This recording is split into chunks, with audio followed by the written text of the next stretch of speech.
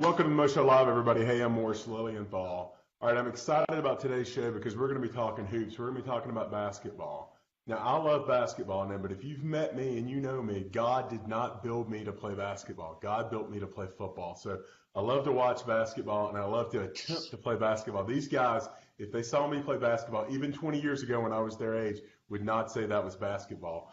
But I love to watch it, and I love to play it. I love to get out and hoop it up with Wyatt around the house and do. But that's what we're going to be talking about. So for I guess probably the last 3 years, folks, and if you've watched and follow me on social, you know this. I've had the privilege to go around and be a big supporter, Wyatt and I, my 8-year-old, of UAH hoops. We love going to the games. It's fast-paced, high scoring, and they win. So it's really fun, and it's just a great atmosphere. It's a great program made up of a great bunch of guys every year, and then we've got two of those guys here. These were two of the seniors on this year's team. So our guests today are Tanner Finley and Elijah Garrison. They were seniors on this year's team. So we're going to be having them on to talk a little bit about their perspective, looking back on their careers. What did they learn? You know, what are some of the memories that they have? What are some of the lessons that they think they learned playing college basketball at a really high level, top Division II level? What do they think those lessons will teach them as they grow older in their careers and have families and those kind of things?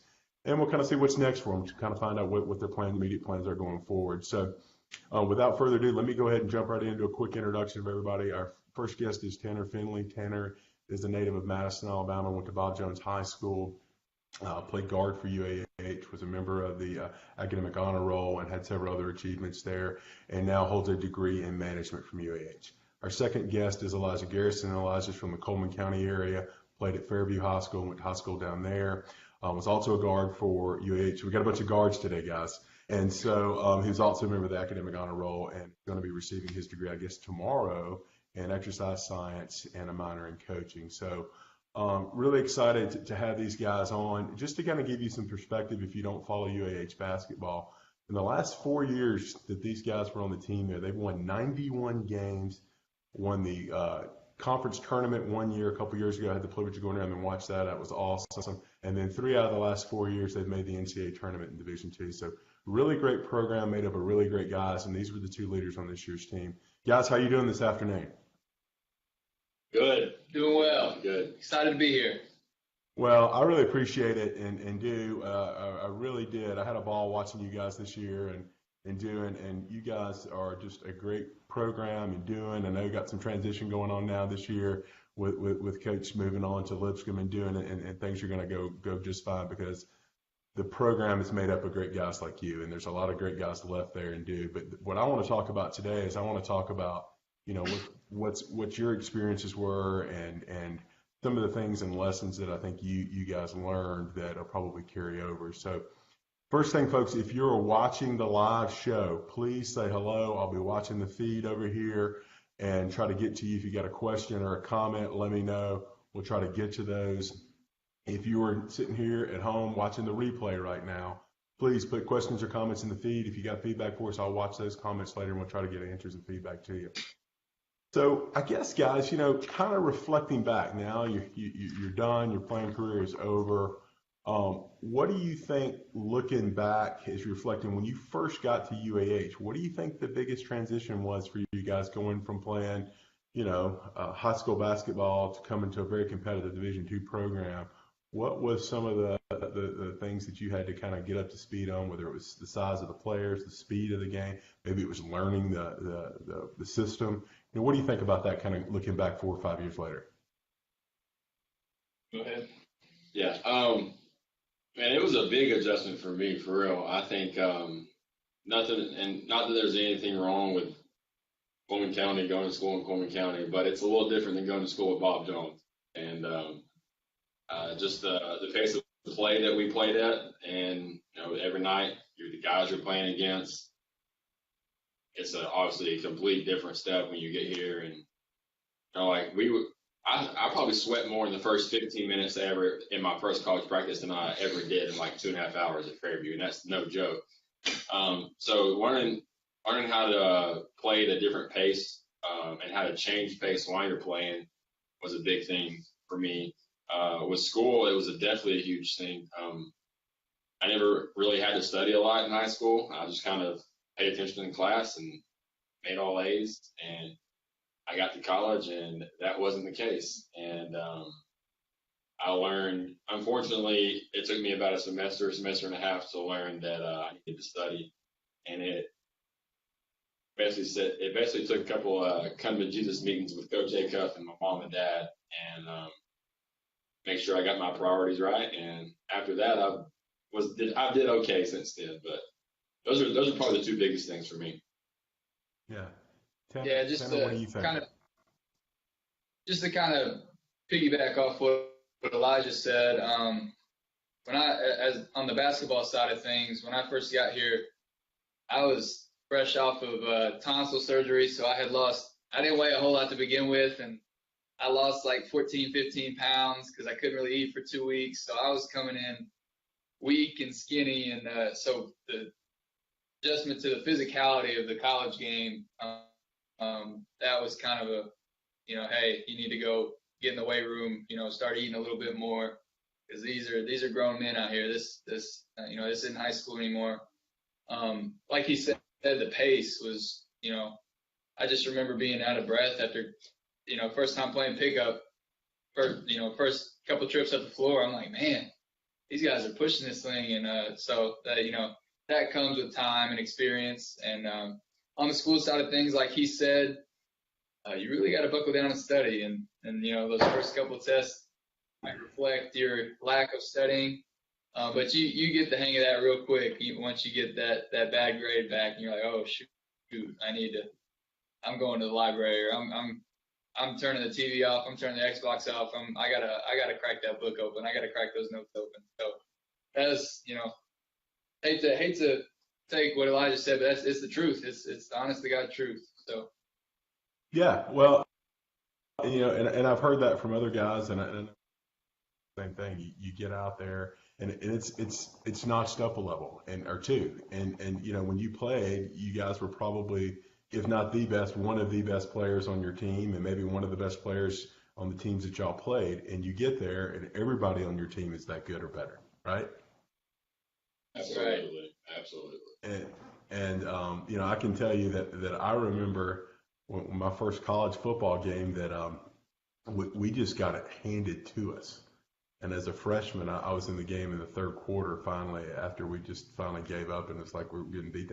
We got beat worse my first game in college than I ever got beat in high school. And it was an eye-opening experience. And it's just like, okay, this is big boy sports here. It's time I got to figure it out so I can compete at this level. And it sounds like you guys kind of determined, okay, I got some things in the weight room, or the speed, and knowing how to pace yourself, and getting in that kind of shape for this level of athletics. Took a little bit of time, but I know you got there because I've seen the work product out there on the floor. Let me talk to you about something that you kind of mentioned in passing that I think is a pretty big deal, and that I don't think a lot of people appreciate about college athletes. And you can talk about it from your perspective, from your sport, basketball, but that is time management as a student athlete. And talk to us a little bit about, when season would start, preseason would start before, and you start doing conditioning, and you start doing training, and then you get into regular season practices and that kind of thing. But what kind of time commitment are we talking, guys, that at least at your experience at UAH, how much time commitment are you guys at the gym, whether it's weight training or practices and conditioning, that kind of thing? It's a full-time job, and that's just the most simple way to put it. And obviously, the big thing at UAH is that they emphasize that you're a student first and then an athlete. And if you don't worry about school, then you're going to fail and you can't play sports. So you obviously have a lot of time commitment to where you are doing your schoolwork. But if you're not doing that, it's you're pretty much doing something to where you're bettering your game, whether you're in the gym or the weight room, or if you're conditioning. Like last summer, we would get up at 7:30, 8 o'clock in the morning, just that way we could go run and go shoot and go work out. Then we'd go play golf, but that's beside the point. But not every day. Not every day, but it's for real. Like, it's every single day that you are a part of it. You have to be doing something. And we've kind of both said before, and I think you probably could ask other people this.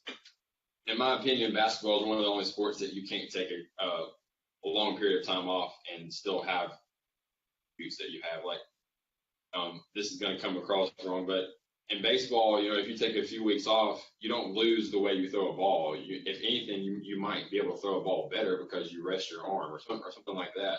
If you don't dribble a basketball for a week or a week and a half, you lose touch in a hurt. And the same with shooting and whatever. I mean, everything else goes into the game. So it's for my answer is a full-time job. I'll leave it at that. Yeah, it's hard to really put just a firm number on that. Just in season or preseason, like you said, we'd be lifting 3 days a week. That was usually, 1 o'clock in the afternoon. I know guys, classes in the morning before that, they try to schedule, classes around our practice times. So there's the things that, you have to be at, you have to be at weights, you have to be at practice. You obviously have to be at class, but, and that's great. Obviously that's a lot of time, but there's time, you got to get in there on your own too. That's, an hour, 2 hours on your own in the gym, an hour, 2 hours on your own studying after class.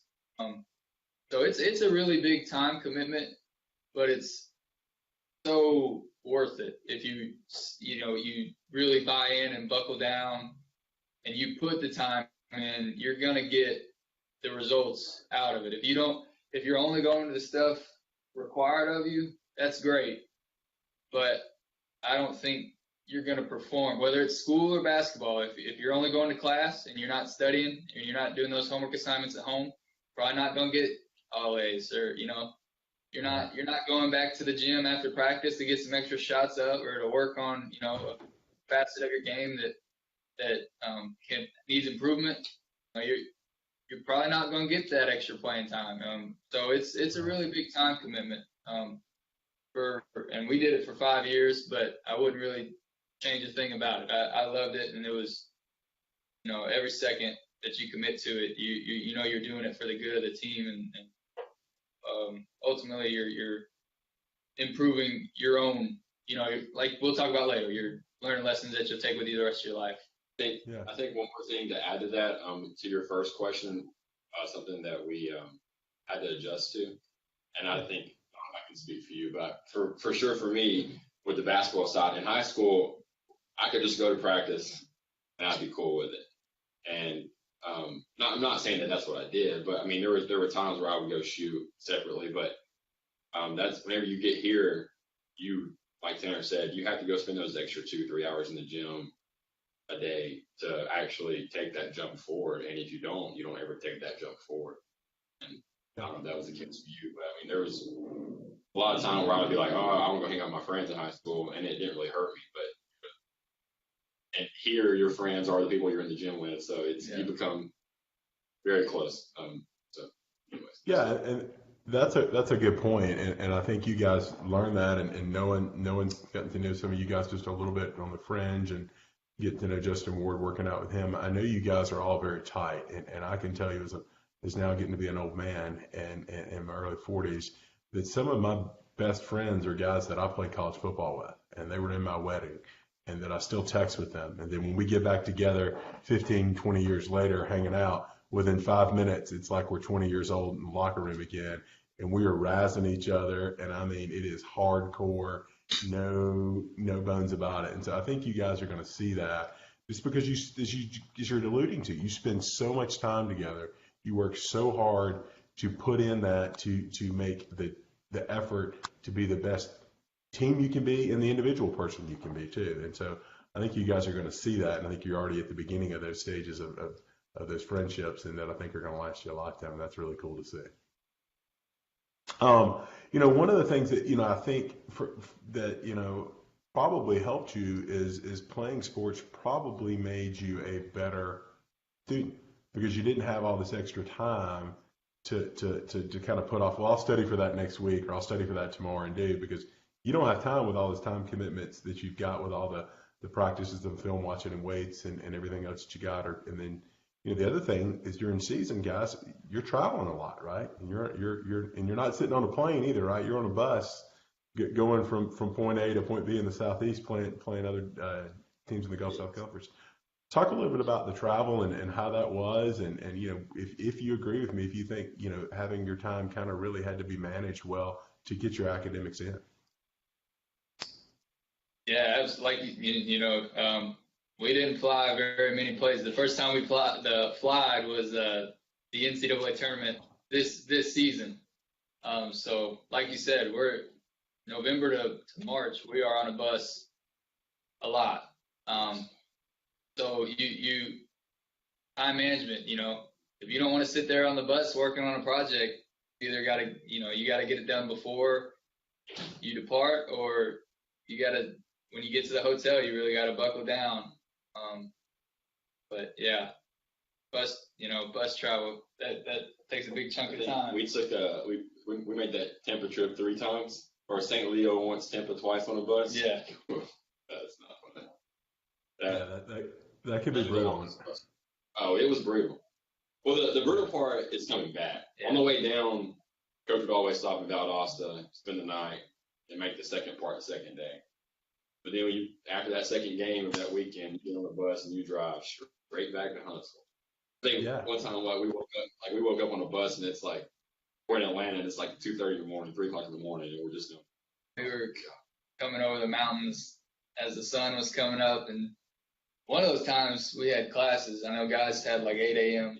They didn't go to sleep; they just went to the 8 a.m. Or maybe they missed it. I don't know. Hopefully they went, but I don't know. Well, and that's something that I think a lot of people don't realize that at this level, the D1AA and a lot of D2 and D3 athletes, first and foremost, I think what people miss is that there's some heck of competition going on out there, that there are a lot of great players that for whatever reason get overlooked. Maybe they're not quite the height or quite the mass or size for that level at D1 and do. So that's the first thing I would tell people that don't go and check out the local D2 or D3 programs, that there are a lot of great athletes out there in football, basketball, baseball that may be missed.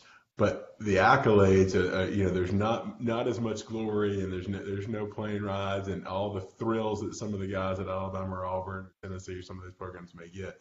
You don't quite get all those thrills at y'all's level, but you put in the same amount of work and the same amount of effort that those guys are putting in. Absolutely. Coach Akoff always said there's a difference between guys who like it and guys who love it, and you really have to love it to play at this level. Yeah, I agree 100%.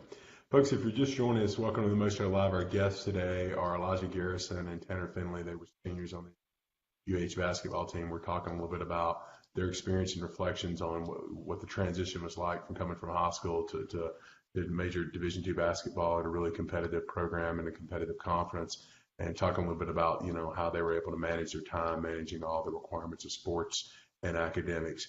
Guys, I guess we kind of alluded to this, and I kind of told you guys that I wanted to kind of get your thoughts on this now, is kind of looking back, and it'd be interesting to get your perspective now as recent graduates here, seniors this past year, and maybe you can think in 15, 20 years what you see as you get into your business careers.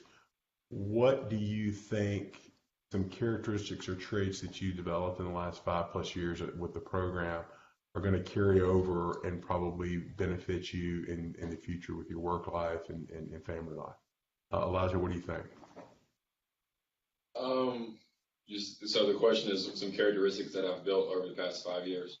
Yeah, just some traits or things that you think that you've learned, through the program and through playing sports at UAH that you think will benefit you going on. All right. Well, the 2 things I'll go with is first is responsibility, and then the second one would be like a work ethic / driven, something like that. One responsibility is that and for us a lot, and think more at the probably Division I level. Also, they have bigger staff, so they have staff members who can make sure you're doing everything you need to be doing more on a daily basis. Where for us, obviously, Coach did as great of a job as he could with giving us as big of a staff as possible with him and Coach Johnson for a while. And when Coach Johnson left, it was Coach Anthony and then Spence and all the student managers we've had and grad assistants, and so on. But the responsibility of to make sure we're doing what we're supposed to be doing. We have a full day from the time we wake up to the time it's time to go home and go to bed, and just that you're taking care of the business that you need to be taking care of, and that you're representing obviously yourself and your family and the Alabama Huntsville name, because those three things should matter to everybody as part of that program. And if you're not responsible with that, then things could go downhill in a hurry. And then work ethic and being driven. I think Coach K always gave us a good example, because he came to work every day and was ready to work. I guess I should say he still comes to work every day, but he would come to work every day ready to work. And when obviously you're the guy that you're following is doing that, it makes you want to do that. For example, this past year, we were picked to finish 7th in the league in the preseason rankings. And just kind of a little insight on what he told us. He said, guys, if you need an alarm clock, or he said, being picked 7th in the league should make you wake up every day ready to work. You shouldn't need an alarm clock to have to get up and ready to work. Just that we should be driven to get up and be like, you know what, we're going to go prove all the other 12 teams, 11 teams wrong, that we're not the 17th. So I would say those two things for sure. Yeah, I love it. I think it's true, and I think you're going to find that hard work and pride as you get older. You'll find that when you look back, that's really going to ring true. Tanner, anything else you want to add to that from your perspective, that maybe means to you, that you think you've learned over the last 5 years you'll carry forward with you? One thing for sure that I know I learned, and this is huge at UAH and probably a lot of other programs all over the nation, but just doing stuff, not necessarily for yourself, but for the good of the team, and doing stuff that will help the team meet the team's goals. Scoring, my goal, I'm not necessarily going to go put up 20 points a night.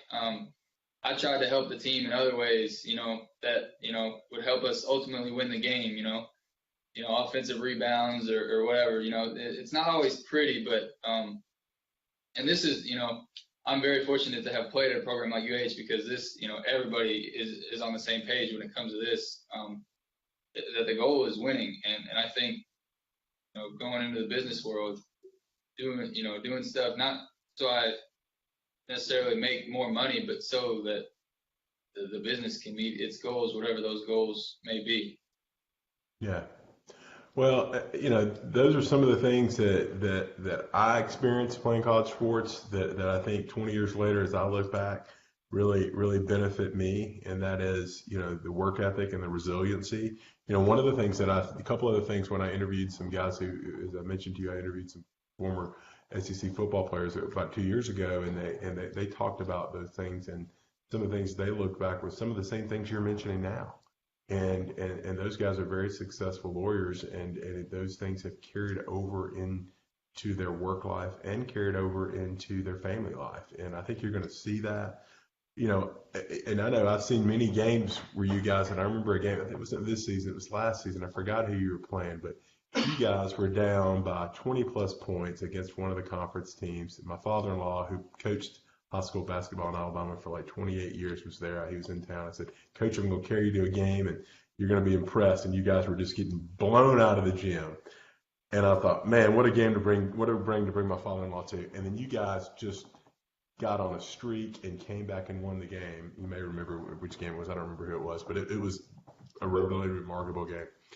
But the ups and downs of sports and the games, and I think you're gonna find in life, as you get going in your careers, that you're gonna see a lot of ups and downs. I mean, you have it now, even at a young age.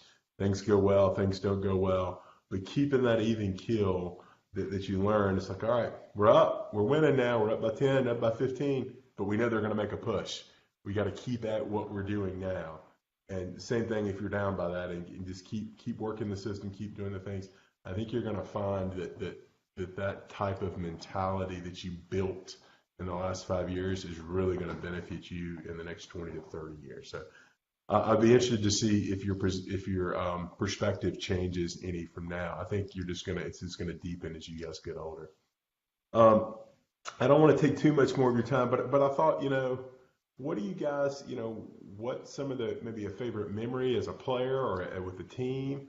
And do you have any other, memory that, again, PG rated, I guess I'd say, that you could share with regard to, funniest story or something that sticks out about a road trip or something that happened in a practice one day or something funny, and do anything that sticks out, a memory, whether it's winning, the conference tournament a few years ago, whether it's a certain game or maybe you had a big part in a particular game or something, or a memory that sticks out.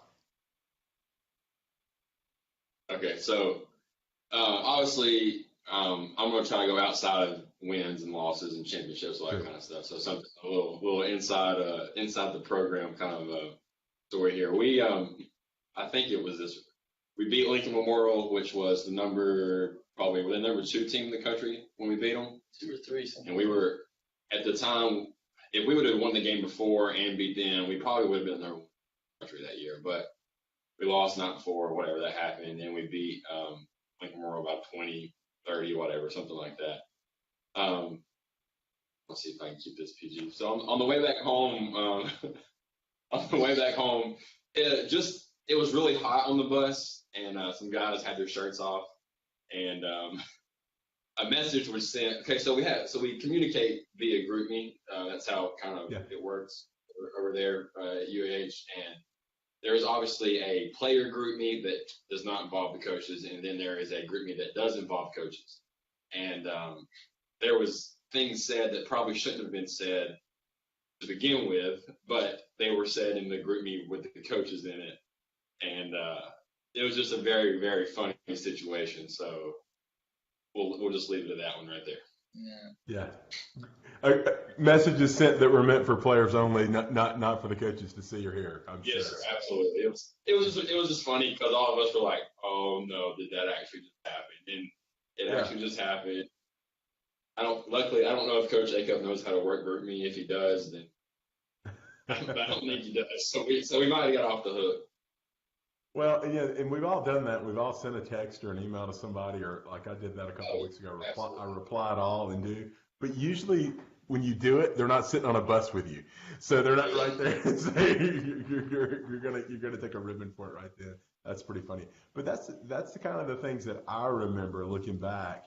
Is I remember plays or games or certain little moments there, but the things that I really remember is all the hours that we put in, with my teammates and you guys put in. Everything that you do, those are these kind of memories that they really stick out, and you'll be laughing about 15, 20 years later. And or anything that sticks out to you? I may just stick with the basketball. Yeah, I'll just stick with a basketball memory. So our first year playing, we had a pretty good team. Greg Gardner, Steve Webster, Brandon Roberts, Troy Saxon, Preston. We had a really good starting 5, really good team. We made it to the conference tournament. We had been, how the Division II tournament works. They got the regional rankings, and we were the number 1 team in the region for pretty much the whole time. And so we get down, we get to the championship of the conference finals, and we end up losing. And that was on a Saturday. And so the team behind us was Eckerd. Yeah. It was Eckerd, and they played in their conference championship the next day on Sunday. So I just remember the whole team was just depression, rock bottom, like, oh my gosh, we're not going to get the regional. What are we going to do? We're going to have to go down to Eckerd. That's a 14-hour bus ride. We were just as low as you could get. And I just remember the next day, the whole day, we were like, oh, we got to watch this game. It comes on at 2. We went to the softball game just to kind of get our mind off of it. And somebody had it pulled up on their phone, and Eckerd ended up losing. Barry ended up beating them. And so we're like, okay, so maybe we have a chance. And so the selection shows that night at 9 o'clock, and there's just so much build up to it. Like, we were one of the last regions announced, and like finally our name came up, and we got the region. And I don't know if you've seen the video, but the whole room goes crazy, and it was just one of the most fun, just sigh of relief / happiest moments I've ever experienced in my life. That's awesome. Well, those are awesome times in doing it. And again, these are things that you guys will cherish and look back on fondly. And when you guys get back together and connect, you guys will really cherish those moments and memories and do. I guess as we wrap up, guys, I'd love to kind of let you kind of tell everybody, the audience, real quick, what's next, Tanner. What's on the horizon for you now that you graduated and done? What do you think is on the immediate horizon for you? So on the immediate horizon, I'm 15 after this semester. I think I'm 15 hours away from getting a master's.